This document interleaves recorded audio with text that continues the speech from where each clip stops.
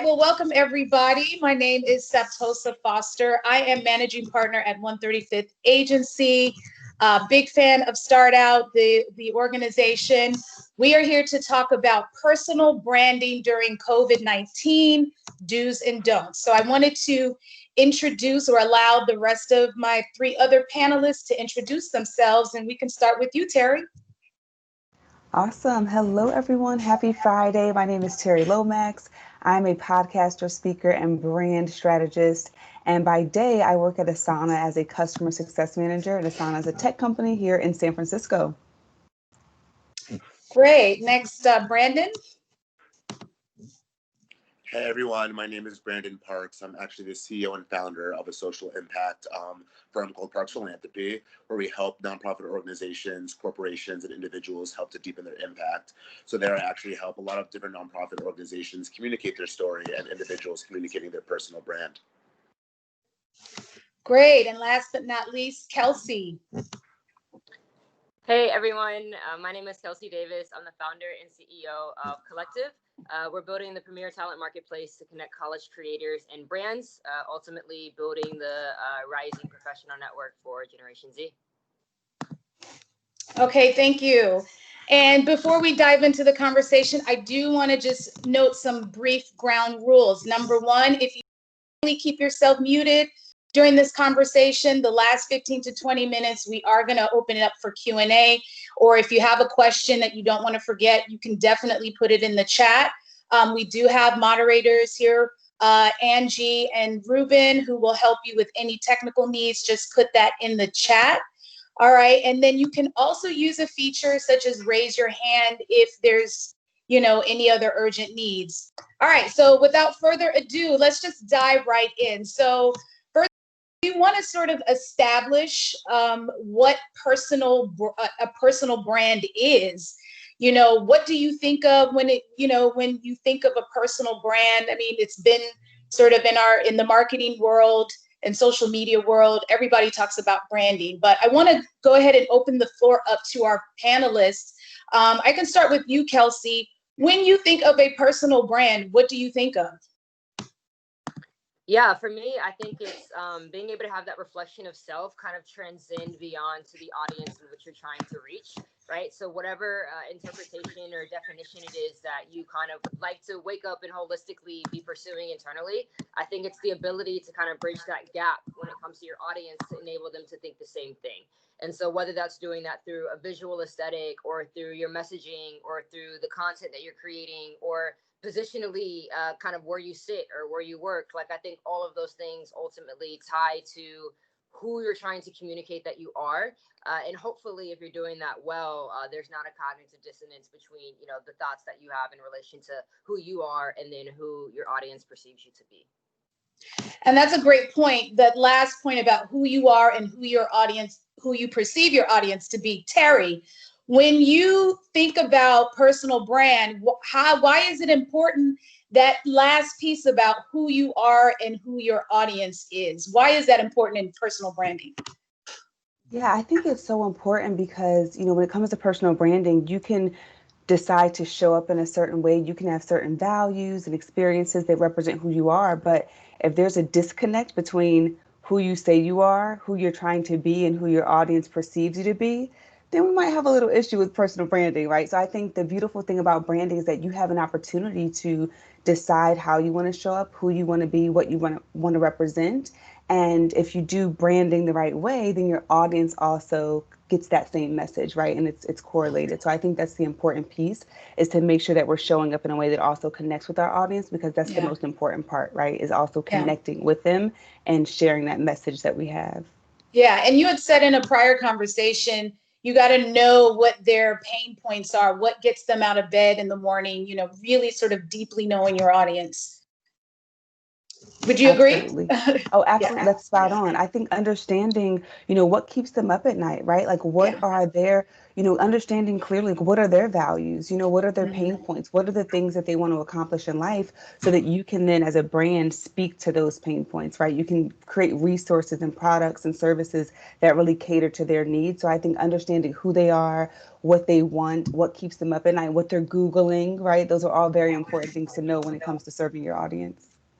So Brandon, so what does COVID-19 have to do with all of this? I mean, personal branding, of course, predates COVID-19 and this very difficult, intense year, but there is a specific way that we all are in a very different reality in 2020, and business still has to keep going. So how do we navigate this new normal and continue to promote our businesses as entrepreneurs? How does this pandemic affect the way that we present ourselves and our brands?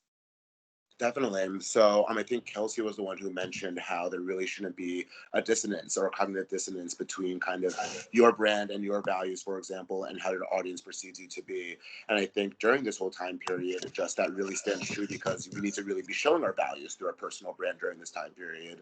I think when you reflect your values, when you have a good personal brand, I think it really is just reflecting who you are, who your values are, and what you actually care about.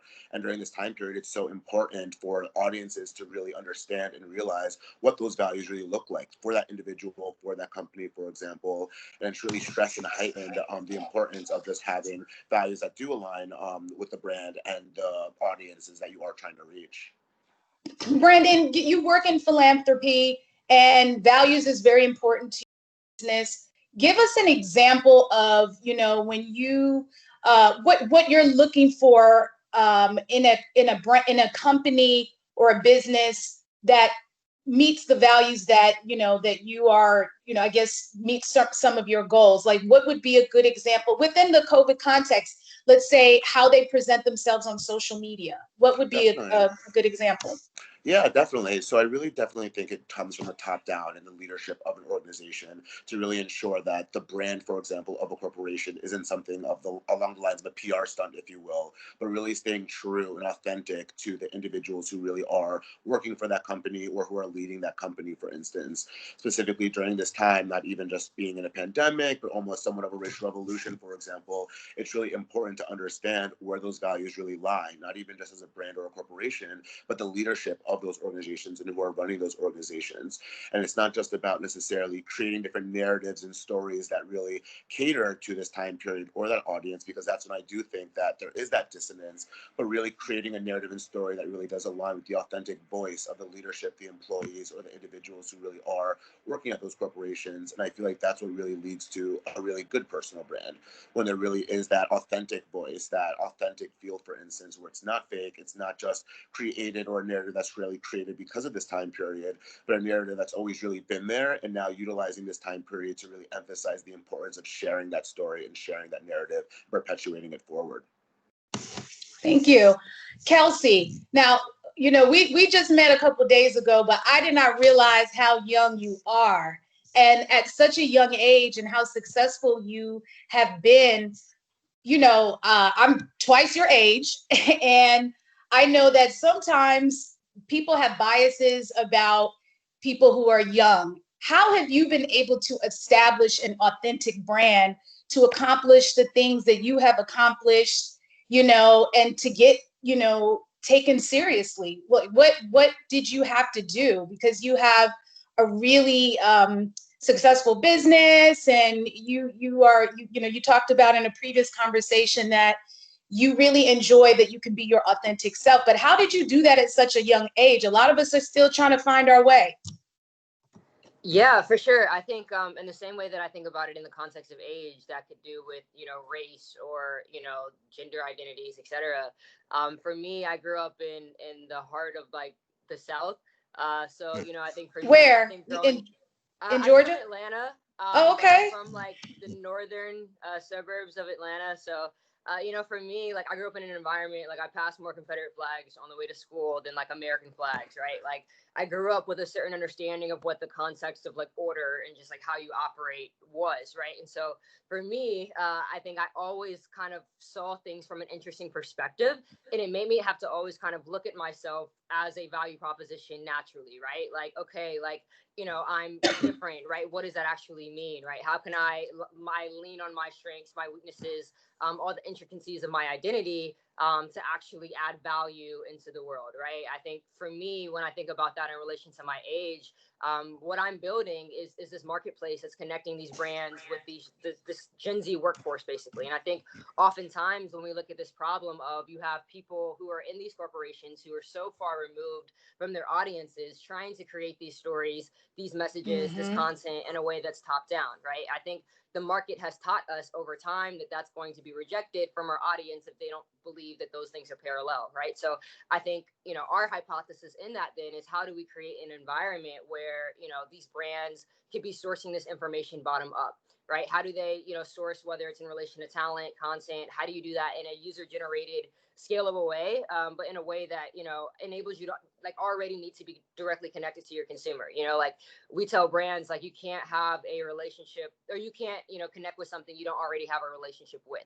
Right. So it's like you're out here trying to run these BLM campaigns and do Blackout Tuesday. Right. But like, you don't know Black people. Right. So like, let's have those conversations and figure out, you know, how to actually bridge that gap. So for me, when it comes to age, I think, you know, in building kind of, you know, this force where I'm trying to lead things forward in relation to Generation Z, I think that that's helpful. Right. Than being someone who may be a Gen X founder trying to run a Gen Z company. I think we've seen that recently and seen some flops in relation to that. And so it's like, how can I surround myself with smarter people? How can I hire people with 20 years of experience? How can I get incredible investors aboard where I can get that experience and expertise from? But then I think there's still a certain level where it's like they trust me to be that 23-year-old and bring the expertise and the insights that come with that. So yeah, that's the goal. Not to interrupt not Terri, but Kelsey. But what if you had to say if there was any one thing that made the difference? Because, you know, for you walked this has been your business journey. You've walked this journey, but you know, for others, you know, who may have been running against roadblocks in terms of how do I connect with my audience? How do I get people to really take my idea seriously? If there was any one thing that you could sort of pinpoint that really was a game changer, maybe it was the way that you established the right relationships, or you cut some relationships, or you said, you know what, I'm just going to be, different from everyone else. What do you think was the kind of key to that? Yeah, I think for me, it's like humility and like listening. Right? Like, I think so many people are trying to like just speak and be like, I'm trying to articulate this point, like, listen to me. And it's like, bro, like, why do I want to listen to you? Like, I was that student in school where like the teacher's trying to settle down the class. And I'm like, bro, like, if you can't control your classroom, like if you can't get me to be engaged, like maybe we need to like re-understand how we're like engaging with these consumers, which are like 9-year-olds, right? Like, does that change the way that we talk? Does that change the way that we engage? So I think similarly, I think, you know, that's the first part of entrepreneurship in itself, right? It's like listening, right? Yeah. Like, okay, you know, you could identify who your audience is at that point, like, you know, listen to them. What do they want? What do they care about? You know, you mentioned with Terri before, like, what are their pain points? And then I think from there, it's about testing ideas, right? Okay, so you have an idea about, you know, this is the pain point. Here's an idea that I have for solving that. Let me do that at a small scale, see if it works. Do it a little bigger, like maybe get some money behind it or invest deeper resources into it. And so I think for me, you know, I went to Syracuse in undergrad, and that was like a playground for me where I had the ability to fail forward. Like I could be that privileged little kid who was like in school just running around breaking things and learning along the way. But I think the only reason why I was able to continue to elevate over time is because I had a listening heart, right? And I think that should be the goal and the first step to kind of figure out where you are positionally and then understand where you need to go based on that feedback that you're getting. I love that humility point, because it seems like we can overcomplicate things, and some of the most impactful business strategies, branding strategies, all come down to very simple values that we learned in kindergarten. Yeah. You know, honesty, truth, listening. Yeah. Terri. And saying I don't know, right? And saying I don't know. That's the big part. And maybe that's just all we want from brands often also, right? Yeah. Say, like, I don't have the answers. Let's bring other people in and figure it out. And that's I refreshing. completely agree. Yeah. Brandon, you know, what would you say to that, Brandon? Yeah, no, I was just saying that I definitely love that idea of just even sometimes from companies, maybe we just need to hear, I don't know, and we're just trying to figure out. And I think that really does kind of align back to that authenticity aspect of things where you don't have to lie. You don't have to make things up. And just saying like, I don't know, we're figuring out sometimes is much better than saying some sort of narrative that doesn't align with actually who you are, what your values actually are. Yeah, because, you know, when you launch a business, you want to present yourself as the expert, as all knowing, but the fact is there are flaws in everyone. There's things that we don't foresee. So I think that was a really key point. I do want to throw it to you, Terri, and I want you to finish this sentence. And I think this is something that that I like to kind of think about. Your personal brand is good when do you know that your personal brand, that you successfully, established something that's working for you? There's so much that I could say to that, Saptosa, but what I'll start with, your personal brand is good when you're not around and people are talking about you in a way that aligns with your brand and like who you are and what you stand for. And I think for me, one of my favorite things about personal branding is that we get to be in choice, right? We get to choose how do we want to show up, despite what people may have said about us, despite where we may have come from, despite what may have happened to us. We get to be the owners of that narrative. And just to kind of give you a little background on my personal story, I mean, statistically speaking, Saptosa, I should have been a high school dropout, in prison, a drug addict, based on where I come from, what happened to me, having a parent that was incarcerated. And so for me, personal branding has been a life changer because statistically speaking, and what society said about at risk, I want to say at risk, many of us are at risk, right? At risk teens, what they say Where about are you us. from? I'm from Philadelphia originally. Okay. Yeah. Thank God to Philadelphia for the election. Y'all voted. Praise the Lord. All right, keep going. And so sometimes, I mean, people count us out based on what happened to us, where we come from, what we look like. But when it comes to personal branding, we get to be in choice. So we are not defined by those things. And I think that's one of my favorite parts about personal branding is, one thing that Kelsey said when we were doing our prep call that I resonated with so deeply is when it comes to personal branding, the first area of exploration should be, who am I? Like, you have to get clear on like who you are as a person, right? And then you can decide on what aspects you want to share with the world, but understanding who am I and what do I stand for, right? What is my passion? What is my purpose? And then deciding how you plan to show up in the world after that. And so for me, that was such a fun opportunity to really just lean into the unlimited possibilities. And that's what I think personal branding allows us to do. Yeah.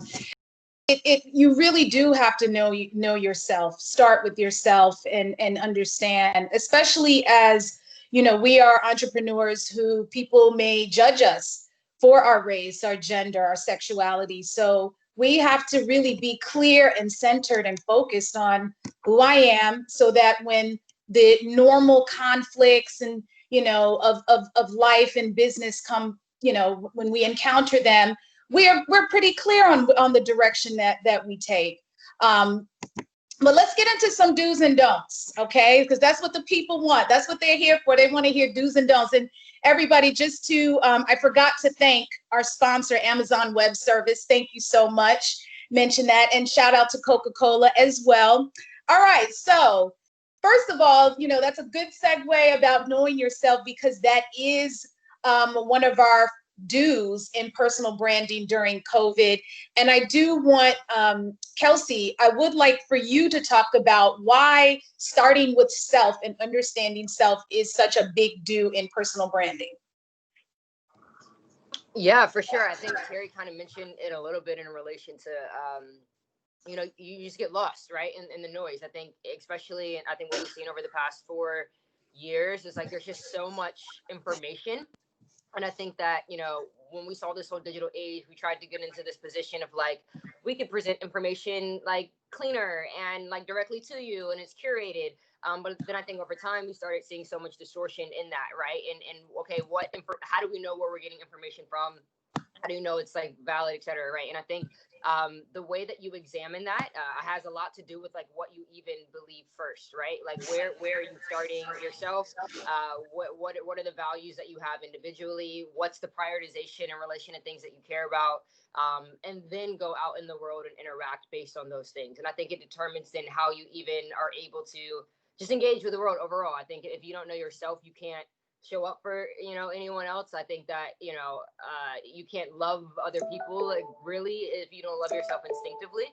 And yeah, I just think that there's just so much that has to do with how you show up in the world and the way that you could show people empathy and grace based on if you even have the capacity to do that with yourself. So I think so many times we're always looking for answers externally.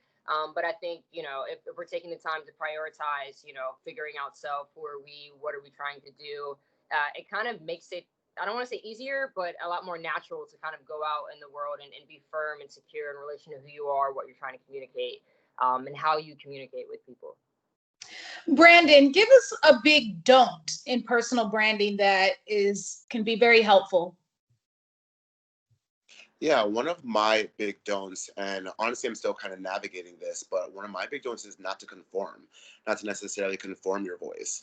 I think there's definitely a difference between adapting your voice and conforming your voice, and I definitely think the don't is don't conform. I think there's always such value in obviously listening to your audience, knowing your audience, for example, but don't necessarily conform your voice to your audience, but necessarily aligning your voice with the similar values or the similar interest with your audience.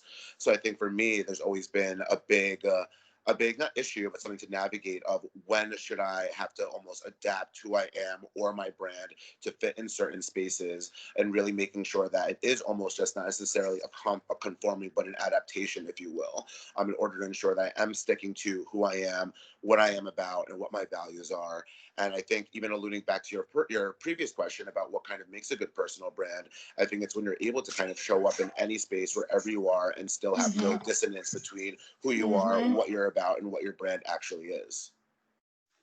Yeah. What would you say, and this could be anybody on the panel, when we saw, the tragedy of the George Floyd lynching that happened this summer, and you saw a lot of organizations sort of, rush to, take a stand or speak out against racial injustice. And that's, in the middle of a pandemic and all that's going on. If you, in June, when there was Blackout Tuesday, what do you think about corporations or companies that chose to sort of make take a stand on racial injustice or speak out? Would you say that's good for their brand?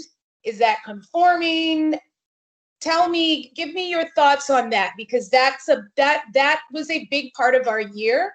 And a lot of people have chosen to align them to really become more outspoken about their social justice values, racial values, and all of that.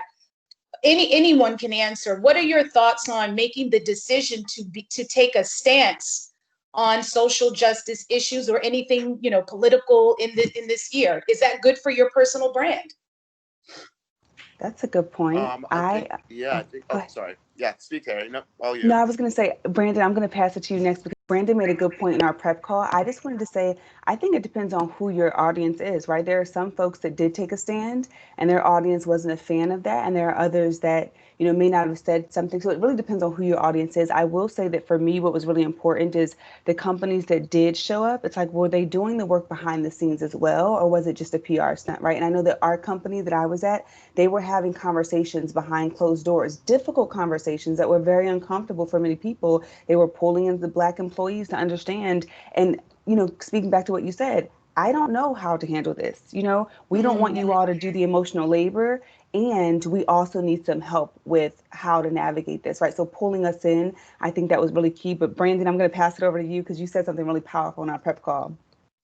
Oh yeah, no, I was actually going to kind of bring it back to something Kelsey said earlier about almost humility. And I feel like when it comes to corporations kind of narratives during this time period, I feel like the ones, I could be just projecting, but the ones that really did resonate with me were the ones who said, you know what, this may not necessarily have been something that we did prioritize, but this has now caused us to want to make this a priority. And we are now about to do that work and really try to ensure that we are equitable in our workspace, for example. We don't necessarily know the answers. We don't necessarily know exactly what we may be doing, but we are here to try and putting that effort in. And I think that humility within that type of narrative really does not only is powerful, but it really does almost align with that authentic voice once again, really saying that this is something that we may or may not have been doing, but this is something that we plan on doing now. We are committed to putting that work in. I think that messaging is really powerful as well.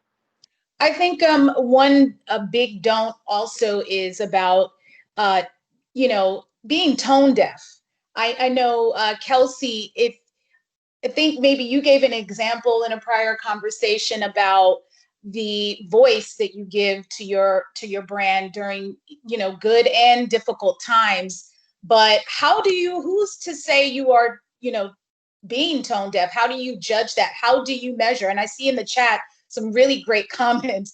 Lucic says, your response depends on who wrote the statement. If the one person of color, a Black person on staff wrote it, and I can't read the rest. Okay, need my glasses, and took the credit, that doesn't count. Meaning, you can't rely on that. Look to that one, I guess, Black person or whatever to give the whole strategy about what your response is going to be. You have to really understand your audience. But how do you determine that? What does tone deaf mean? How do you make sure that your brand is appropriate for who you speak to on a regular basis?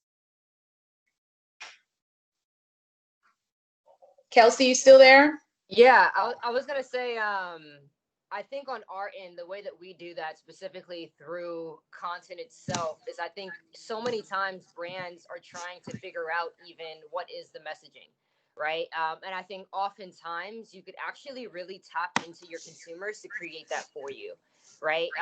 For example, like if you're a brand, right, and maybe like racial injustice is not, a thing that's, on your mind every single day. Well, I'm sure that it's on the mind of many of your consumers every day, right? So potentially even just like tapping into them to literally like, yo, how are you guys feeling, right? Like maybe there's a way that you guys can integrate, your brand's product and how you source user-generated content to like articulate that, right? But I think right now what the world really needs is that like unity. And I think interestingly, brands are a really big driving part of a lot of that right now. You're seeing that through sports a lot. You're seeing that just in the consumer brand space. But I think if there are ways that you could actually literally tap into your audience to literally get them to just speak, and you're able to like capture a lot of that information, whether that's through like content, data, and then repurpose that literally directly with whatever it is on the product side or whatever. I think it's a literal, natural, tactical way to do that. I think a lot of times we're talking about things at like a high level for brands, like, oh, like we went through this enlightenment period, like we can't not hire Black people, like, oh, we have to do X, Y, and Z. But then what does that look like when it comes to, okay, we know there's not a pipeline problem, but what's the tool that I'm using to tap into that pipeline, right? I know that I need to reach these Gen Z people. I know that I need to do whatever, but like, what are the tools? What's the utility that we're actually using in order to do that? And so I think at this point, it's like, cool, we're all aware. Let's start actually investing in the tools and utilities that are actually going to help us get there. Okay, thank you.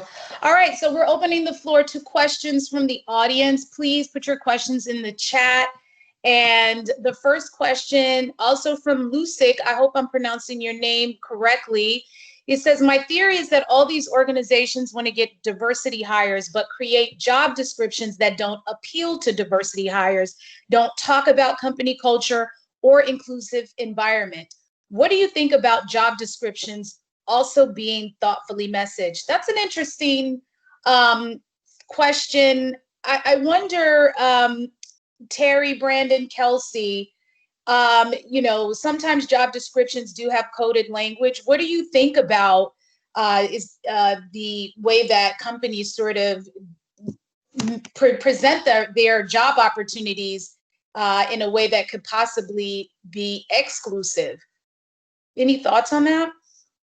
I think that's a really good question. Go ahead, Kelsey. Go ahead, Kelsey. I was gonna say, so we're a professional marketplace. So this is like what we do is like connect like young talents to like job opportunities. I think on our end, I think things that have to do with like credentials that you may need prior. So whether that has to do with like certain degrees or whatever, I think naturally they can actually create a lot of barriers to where, okay, we're now just hiring our friend from Hughes or like wherever it is that we went to school, etc.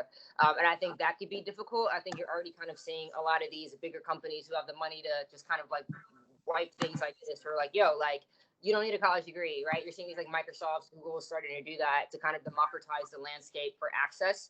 I think that's one thing. And then I think secondly, where you are distributing these jobs, right? So like what like data sets are you tapping into to even communicate that the job exists? Right? Because I know millions of people, right, across America who are like actively, like every day, like it's my priority to be looking for additional economic opportunities, specifically within the passion in which I fall. But I think that the capacity for us to connect that right now is lacking, right? So it's like if right now, if you're not posting your job on LinkedIn, or if you're not tapping into certain, LGBTQ groups or, Black network groups, don't expect for you to just send out your regular newsletter and just you're knocking on your door, right? So I think it also has to do with kind of access and where are you going to be equitable in relation to you even finding those data sets of people. And Saptosa, I would just add on one thing there. I think that was a beautiful statement that Kelsey made. I think the less guesswork you can have in the job description, the better. So if you have employee resource groups that support, certain marginalized groups, share that in the job description so that folks can understand that, oh, this is a place where I can feel accepted. I know at our company, a lot of Black people, before they accept the role, they want to talk to other Black people to see how are people treated here, right? That's like, am I just a number, or, is there a supportive community for me? So I think if you can add those, have that competitive advantage and add that into the job description, the better for everyone involved, right? Yeah. Any other questions in the chat? But you know what I do while, people are maybe thinking of a question, I do want to address, Brandon, how do you feel about, there's a lot of pressure. I see young businesses when they launch, they really have this anxiety about presenting themselves as a very successful business out the gate, that they don't see themselves either as credible, or there's some kind of insecurity. Even, when I started, co-founded my business 15 years ago, I had that as well. You want people to see you as successful immediately, but that's not realistic. And so how do you navigate when you are presenting yourself to the world as an entrepreneur? How do you navigate that reality and still remain authentic? It reminds me of that meme, don't let the internet rush you, because we all want to, we want to take photos for the gram in our private jets and, popping bottles and things like that, or, houses and cars, but that's not real. So how do you connect to people and, be taken seriously as a new business when you don't really have a pot to piss in at that point? 100%. And the first thought that came to my mind was really just emphasizing your wins, just really emphasizing your early wins, your strong wins. For example, even when I first started my company, for instance, I remember me and my co-founder, we finally closed our first client. It was such a small contract, such a small deal, but you know what? My co-founder was like, we need to celebrate this. We need to emphasize this. So this is a win for us. We need to show it to the world. It adds to our credibility, and like this is still a win. It doesn't matter how big or small or anything, how large the engagement is. But this is a win for us, and this adds to our credibility. So let's share that with the world. And also kind of Terri's point about even the whole job descriptions and job board. I remember even early on, we were in such not a rush. We were so anxious to kind of get our job board out, if you will, and like have our intern postings, for example, and our website was just so bare. And I was like, like we need to actually have the time to actually put up like stories from our team, anecdotes about who Yeah. our team is, what is our diversity, for example, what are stories of just our consultants, how their experience and journey is, giving the job seeker even access to them to hear actually from them what their experience really is like, for instance. And really, Yeah. even when you're starting out, you may not think that you are this big, huge, credible company, but you definitely, Yeah. the fact that you are starting something means you definitely have some sort of skill set and some sort of experience that you definitely Yeah. think is beneficial and other people will think is beneficial. So it's really emphasizing not even just your own self and your own experience, but your Yeah. wins as well. And just really emphasizing yourself. Yeah. Kelsey, for, I kind of suffer from this. Like, I am an introvert. I don't really enjoy talking about myself, bragging or whatnot. But sometimes personal branding kind of feels like that.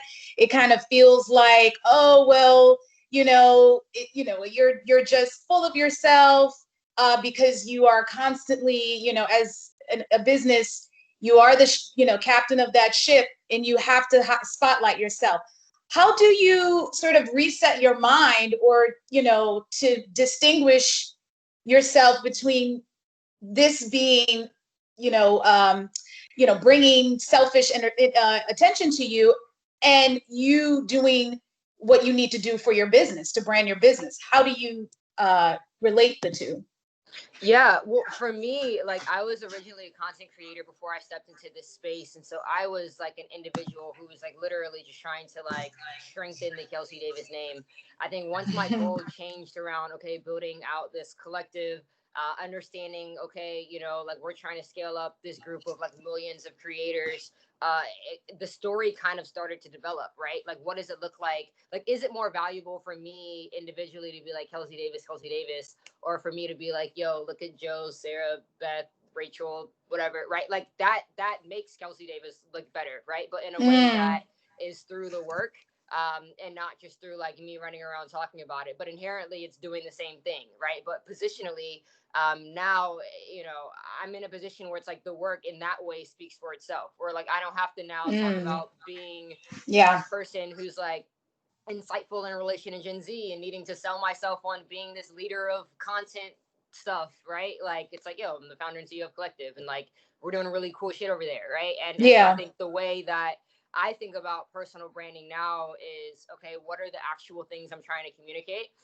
And then how can I use my story as an individual, like flaws and all, to communicate that higher message. So for me, I graduated undergrad with a 2.6 GPA. Like, I am not the like in school. I went to school literally to find network, to figure out like, how can I scale? Like, I wasn't trying to get all A's, right? And I think that's part of the narrative, right? And I think I'm the type of person that breaks the fourth wall. Like, I'm very like, yo, like, what are we talking about? Like, what are we doing? And I think that's all like in a way branding, but I think for me it also gives me the fluidity to just like be myself, but in a way that is thoughtful and actually probably way more intentional than people assume. But that's what makes it good branding. Right? So it's not about just being a showmanship for the sake of articulating, look at me, look at me, look at me. It's like, what do you actually want people to look at once they see you, right? Like, what's beyond that? Like, okay, I see you, like, what are you trying to say? How can you point things or people to that? And like, if you are a vessel as part of that, and so you need to be upfront, and you need like, cool, let's build the strategy around that and then go do that, right? But it's not just about, hey, look at me. It's like, look at this higher thing that we're trying to communicate. Yeah, good stuff. I'm looking at this comment in the chat from Clayton Fennell. As a corporate leader, I have to tell you that I especially honor and respect a lean and especially talented and impactful entrepreneur startup. I am skeptical when I see too much glitz with a startup entrepreneur. Yeah, I can totally understand that, Terri. I mean, how do you sort of make sure that your image sort of matches what your intentions and values are? Because, sometimes the flashy stuff attracts people that may not reflect the values of your company. How do you make sure that what you're trying to sell or serve is reflected just in the way that you present yourself, your image? Yeah, I would say, Saptosa, I think that it is important to share the wins, but I'm all about the authenticity that Brandon was speaking about and the transparency. So I know there were a lot of tough times for folks, this year, right? This year has been like, what in the world? And I've been very transparent about like mental health on my platform. So I know for me, when I first started my business, I was very conflicted because I'm like, oh, I'm struggling. I go to therapy. I'm struggling right now. Do I want to share this with my audience? And I decided to do it. And I realized the more that I share and the more that I'm transparent, I'm true to myself, I ground myself in the mission of why I'm sharing, I find that people come out of the woodwork and they're like, oh my gosh, me too. I'm depressed today too. So I think for me, it's a matter of showcasing the wins and the tough times as well to let people know I'm not doing it for the gram, right? Like everything is not perfect over here. I'm really doing the best that I can. And I find that the clientele that I attract, they tend to be people that are also authentic, transparent, folks that are trying to do the best that they can and who are honest about their experiences. And so I think that is just showing up fully, right? And being Yeah. authentic. I think it really does draw people to you. And the folks that don't resonate with it, they won't come this way, which is fine, right? Because you're not supposed to be everyone's cup of tea anyway, right? And so I think that it really does allow you to connect with your people. Yeah, great stuff. Well, we are going to come to a close, but I did want to share my screen for a couple suggested readings. Y'all pray for me that this works, because if it doesn't, we'll try to get it to you in a second.